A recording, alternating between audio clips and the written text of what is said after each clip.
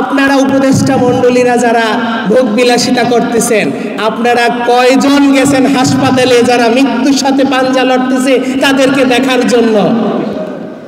আপনারা সব ভুলে গেছেন ক্ষমতার চেয়ার পেয়ে।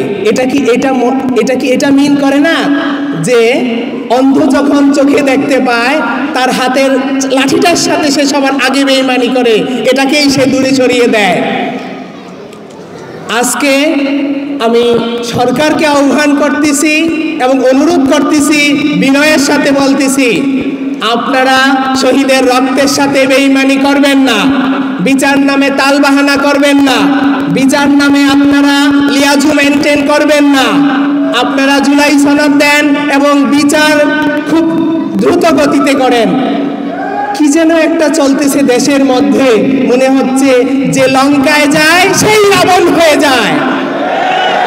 আজকে কোথায় শহীদ পরিবারের সেই বিচারের অগ্রগতি?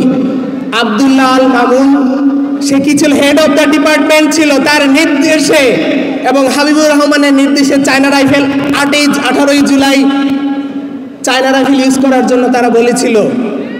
তাহলে সেই চৌধুরী আব্দুল্লাহ আল মামুনকে কেন রাজসাক্ষী করা হবে? আমরা এটার তীব্র নিন্দা জানাই এবং কি সেটা মানি না। তাদেরকে, চৌধুরী আব্দুল্লাহ আল মামুনকে, মানে সাবেক আইজিপিকে রাজসাক্ষী বানানোর এটাই মানি যে সে সহ সমগ্র প্রশাসনকে মুক্তি দেওয়ার একটা গভীর চক্রান্ত চলতেছে। কারণ 2000 মায়ের সন্তানকে হত্যা করেছে, জাতিসংঘ নিউজ করেছে, প্রতিবেদন দিয়েছে 1400-এর উপরে মায়ের সন্তান খুন করেছে। এত এভিডেন্স আছে, এত প্রমাণ আছে, তাহলে চৌধুরীর কেন রাজসাক্ষী হতে হবে? প্রমাণ কি অভাব পড়েছে বাংলাদেশে? প্রমাণ নাই? শাপলা চত্বরের গণহত্যার কি প্রমাণ নাই? পিলখানা হত্যাকাণ্ডের কি প্রমাণ নাই বিচারের জন্য? এখনো জলজান্ত আমাদের চোখের সামনে 1400 মায়ের সন্তানের, প্রায় 2000 মায়ের সন্তানের বিচার আমাদের চোখের সামনে আয়নার মতো পরিষ্কার। চৌধুরী আব্দুল্লাহ আল মামুন জবানবন্দি দিতে পারে, কখনো তাকে রাজসাক্ষী হিসেবে রাষ্ট্র গ্রহণ করতে পারে না। যদি রাষ্ট্র এটা গ্রহণ করে, তারা শহীদদের রক্তের সাথে, আহত ভাইদের রক্তের সাথে বেইমানি করবে। তাদের খোঁজ খবর কয়জনে রেখেছে? আমরা যে সন্তান হারিয়েছি, আমরা যে এখন কি অবস্থাতে আছি, আমাদের খোঁজ খবর কয়জনে রেখেছে? এই জুলাই মাস আসলো, এখন মেয়েটার কথা বেশি বেশি মনে পড়ে।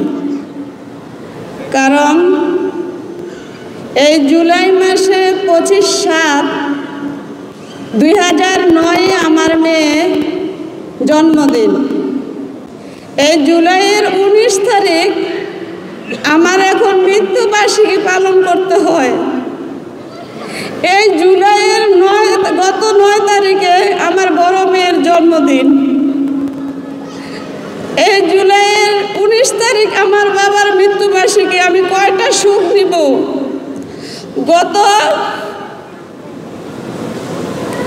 এসএসসি পরীক্ষা, গত জুলাইয়ের 10 এসএসসি পরীক্ষার রেজাল্ট দিয়েছে। আমার মেয়ে যদি আজ বেঁচে থাকতো, কত আনন্দ উল্লাস করতাম এই রেজাল্ট নিয়ে, কত আশা, কত স্বপ্ন নিয়ে 2022 সালে উন্নত পড়ালেখার জন্য আমরা তার মেধার সুষ্ঠু বিকাশ এবং স্বপ্ন পূরণের জন্য আমরা রাজধানীর ঢাকায় আসলাম। সেই রাজধানীর ঢাকায় আমার মেয়ের জন্য কাল হয়ে দাঁড়ালো।